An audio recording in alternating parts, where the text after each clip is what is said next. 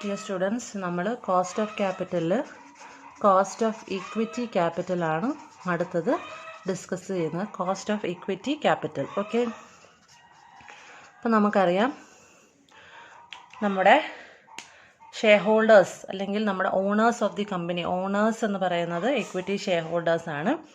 അപ്പോൾ അതുകൊണ്ട് തന്നെ even though the payment of dividend to equity shareholders is not a legal binding, it does not mean that equity shares is a cost free capital. അപ്പം നമ്മൾ equity shares issue ചെയ്യണം, payment of dividend എന്ന് പറയുന്നത് ഒരു legal binding അല്ല.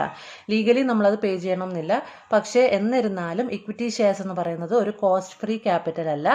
Share holders എന്തിനാണ് invest ചെയ്യുന്നത്? Share holders invest money in equity shares on the expectation of getting dividend and the company must earn this minimum rate so that the market price of the shares remain unchanged. അപ്പം നമ്മൾ എന്താണ്, share holders expect ചെയ്യുന്ന minimum return എങ്കിലും company earn ചെയ്യണം. എന്നിട്ട് എന്തിനാണ് cost of equity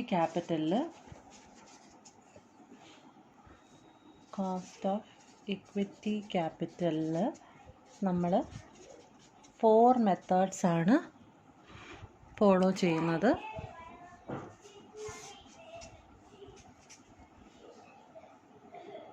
dividend price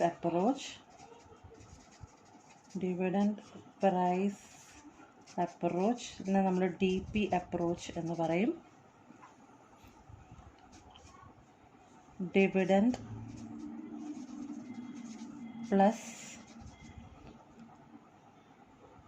price plus growth approach, earnings price approach, realised yield approach. അങ്ങനെ 4 approaches ആണ് നമ്മൾ കോസ്റ്റ് ഓഫ് ഇക്വിറ്റി ക്യാപിറ്റലിൽ ഡിസ്കസ് ചെയ്തത്, പേജ് 145. അപ്പം ഡിവിഡൻഡ് പ്രൈസ് അപ്രോച്ച് എന്ന് പറയുന്നത് നമ്മൾ ഡിവിഡൻഡ് അല്ലെങ്കിൽ കോസ്റ്റ് ഓഫ് ഇക്വിറ്റി നമ്മൾ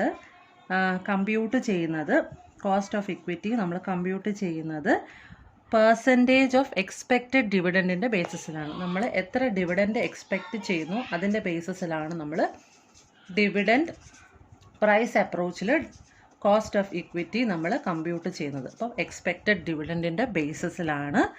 ഇനി ഡിവിഡൻറ്റ് പ്രൈസ് പ്ലസ് ഗ്രോത്തിൽ നമ്മൾ എക്സ്പെക്റ്റഡ് ഗ്രോത്ത് റേറ്റ്, നമ്മളൊരു ഗ്രോത്ത് റേറ്റ് എക്സ്പെക്റ്റ് ചെയ്യുന്നു. ആ ഗ്രോത്ത് റേറ്റിൻ്റെ ബേസിസിലാണ് നമ്മൾ കോസ്റ്റ് ഓഫ് ഇക്വിറ്റി ക്യാപിറ്റൽ നമ്മൾ കമ്പ്യൂട്ട് ചെയ്യുന്നത്. ഇനി ഏർണിങ്സ് പ്രൈസ് മെത്തേഡിൽ നമ്മൾ ഷെയർ ഹോൾഡേഴ്സിൻ്റെ ഏർണിങ്സ് ബൈ ഷെയർ ഹോൾഡേഴ്സിൻ്റെ ബേസിസിലാണ് നമ്മൾ ഏർണിങ്സ് ഇഷ്യൂ ചെയ്യുന്നത്, നമ്മൾ കോസ്റ്റ് ഓഫ് ക്യാപിറ്റൽ കമ്പ്യൂട്ട് ചെയ്യുന്നത്. ഇനി റിയലൈസ്ഡ് yield അപ്രോച്ചിൽ നമ്മൾ പാസ്റ്റ് റിട്ടേൺസ് ആണ് നമ്മൾ യൂസ് ചെയ്യുന്നത്. അപ്പം ഇത്രയുമാണ് ഇതിനകത്ത് ശ്രദ്ധിക്കേണ്ട കാര്യങ്ങൾ. Dividend price approach, expected dividend price plus growth, expected growth rate, earnings price എന്ന് പറയുമ്പം earnings by share holders, realised yield approach എന്ന് പറയുന്നത് പാസ്റ്റ് റിട്ടേണിൻ്റെ ബേസിസിലാണ് നമ്മൾ കാൽക്കുലേറ്റ് ചെയ്യേണ്ടത് അല്ലെങ്കിൽ കമ്പ്യൂട്ട് ചെയ്യേണ്ടത്.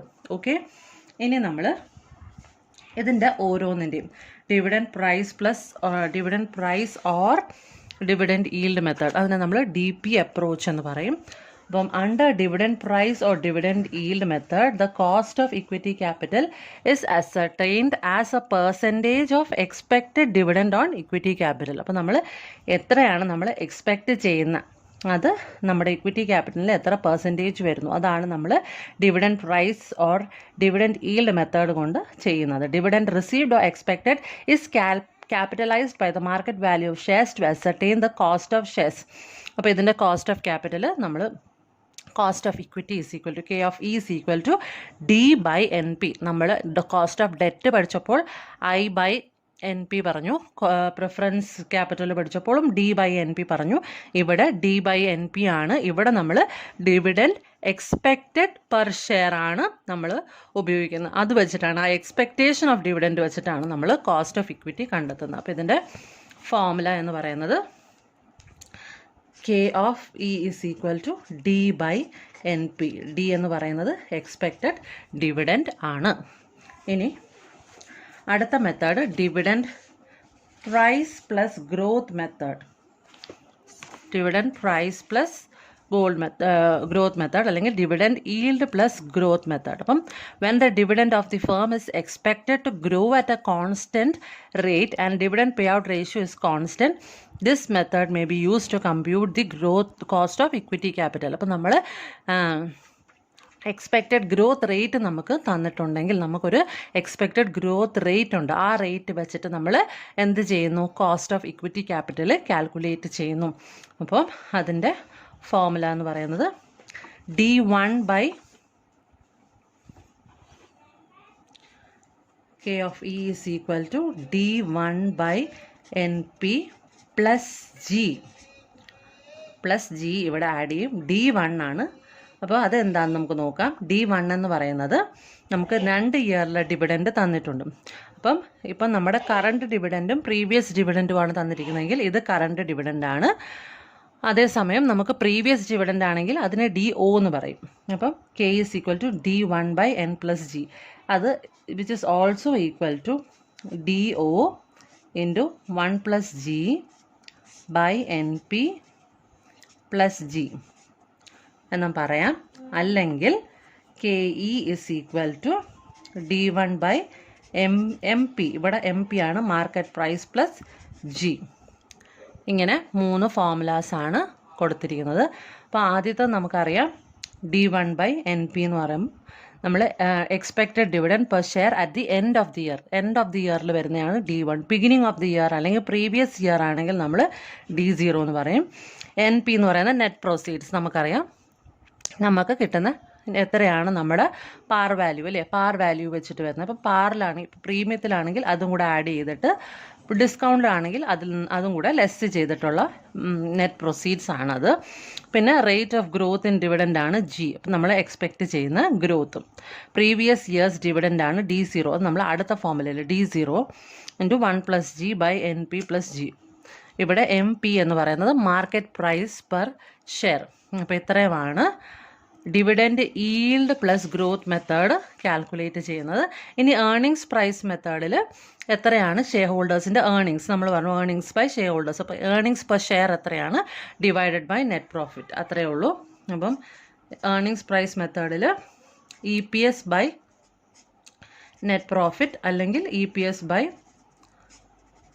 നെറ്റ് പ്രോഫിറ്റ് അല്ല net proceeds, EPS by market price per share. അതാണ് നമ്മുടെ ഏർണിങ്സ് പ്രൈസ് മെത്തേഡിൽ പറയുന്നത്. റിയലൈസ്ഡ് ഈൽഡ് ഈ മെത്തേഡിന് പ്രത്യേകിച്ച് ഫോർമുല ഇല്ല. നമ്മൾ കഴിഞ്ഞ വർഷത്തെ ഡിവിഡൻഡ് റിട്ടേൺ എത്രയാണ് അതിന് നമ്മൾ average rate of return realised in the past is use to determine the cost of capital. അതാണ് റിയലൈസ്ഡ് ഈൽഡ് മെത്തേഡ് എന്ന് പറയുന്നത്. അപ്പം നമുക്ക് earnings price method നോക്കാം. Under this method, the cost of equity is measured on the basis of proportion between earnings per share and market price per share. അപ്പോൾ earnings per shareൻ്റെയും market price per shareൻ്റെയും പ്രപ്പോർഷനെയാണ് നമ്മൾ earnings price method എന്ന് പറയുന്നത്. According to this method the cost of equity capital is the discount rate that equates the present value of expected future earnings per share within net proceeds or current market price of the share. നിങ്ങൾ ഇത്രയും detailed ആയിട്ട് പഠിക്കേണ്ട earnings price method എന്ന് പറയുന്നത് on the basis of proportion between earnings per share and market price per share. Formula ഇവിടെയുണ്ട്, നമ്മളിത് already എഴുതി കഴിഞ്ഞു. Cost of equity is equal to EPS by NP അല്ലെങ്കിൽ K of E is equal to EPS by MP.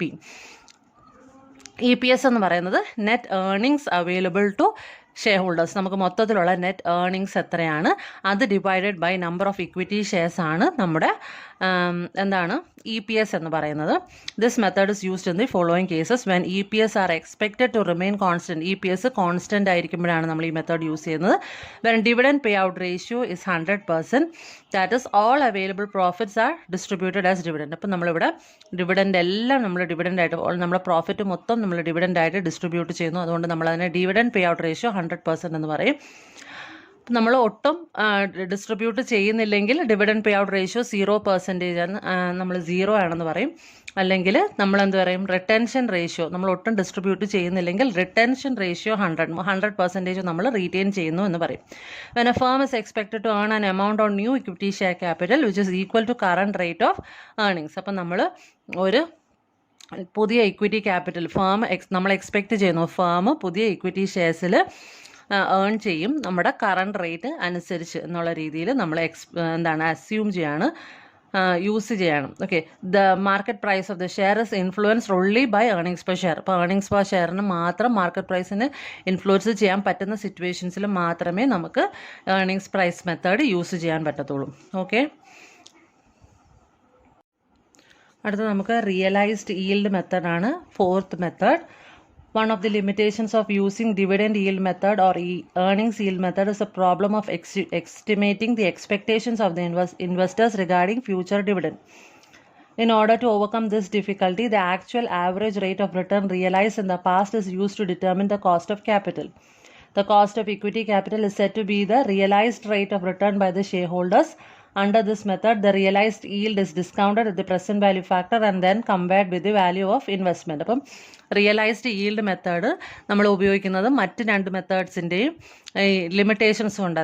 അതായത് dividend yield മെത്തേഡിലായാലും earnings yield മെത്തേഡിലായാലും അവിടെ നമ്മൾ എന്താ ചെയ്യുന്നത്, അവിടെ നമ്മൾ എക്സ്പെക്റ്റഡ് റേറ്റ്സും നമ്മൾ എടുക്കുകയാണ്, അല്ലെ, എക്സ്പെക്റ്റേഷൻ വെച്ചിട്ടാണ് നമ്മൾ ഫ്യൂച്ചർ ഡിവിഡൻഡിൻ്റെ എക്സ്പെക്റ്റേഷൻസ് വെച്ചിട്ടാണ് നമ്മൾ നോക്കുന്നത്. പക്ഷേ അങ്ങനെ ഒരു ഡിഫിക്കൽട്ടി നമ്മൾ കറക്റ്റായിട്ട് ചിലപ്പം കമ്പ്യൂട്ട് ചെയ്തില്ലെങ്കിൽ നമ്മൾ ചെയ്യുന്നത് തെറ്റായി പോകും. അപ്പോൾ അതുകൊണ്ട് നമുക്ക് ആ ഒരു ഡിഫിക്കൽട്ടി ഓവർകം ചെയ്യാൻ വേണ്ടിയിട്ടാണ് നമ്മൾ ഈ റിയലൈസ്ഡ് yield മെത്തേഡ് എടുക്കുന്നത്. അപ്പോൾ ഈ മെത്തേഡിൽ ചെയ്യുന്നതെന്ന് പറഞ്ഞാൽ actual average rate of return realized in the past is used to determine the cost of capital. അപ്പം മുമ്പ് ഉപയോഗിച്ചിരുന്ന റിട്ടേൺ, മുമ്പ് ആക്ച്വലി കിട്ടിയിരുന്ന റിട്ടേൺ ഉപയോഗിച്ചിട്ട് നമ്മളിപ്പം കോസ്റ്റ് ഓഫ് ക്യാപിറ്റൽ ഡിറ്റർമിൻ ചെയ്യുന്നു. അതാണ് റിയലൈസ്ഡ് yield മെത്തേഡ് എന്ന് പറയുന്നത്. The cost of equity capital is set to be the realised rate of return by share holders. അതാണ് റിയലൈസ്ഡ് yield മെത്തേഡ്. ഇനി കോസ്റ്റ് ഓഫ് റീറ്റെയിൻഡ് ഏർണിങ്സ്. അപ്പം ഇതിനകത്ത് നമ്മൾ cost of debt പറഞ്ഞു, കോസ്റ്റ് ഓഫ് പ്രിഫറൻസ് ക്യാപിറ്റൽ പറഞ്ഞു, cost of equity ക്യാപിറ്റലിൻ്റെ 4 methods നമ്മൾ പറഞ്ഞു. ഇനി വരുന്നത് കോസ്റ്റ് ഓഫ് റീറ്റെയിൻഡ് ഏർണിങ്സ് ആണ്. അപ്പോൾ അതിലേക്ക് പോകുന്നതിന് മുമ്പ് നമുക്ക് ഈ 4 മെത്തേഡിൽ നമുക്ക് 3 മെത്തേഡിൻ്റെയും പ്രോബ്ലംസ് ചെയ്യാനുണ്ട്. അപ്പോൾ നമുക്ക് ഈ 3 മെത്തേഡ്സിൻ്റെയും പ്രോബ്ലംസ് നോക്കാം.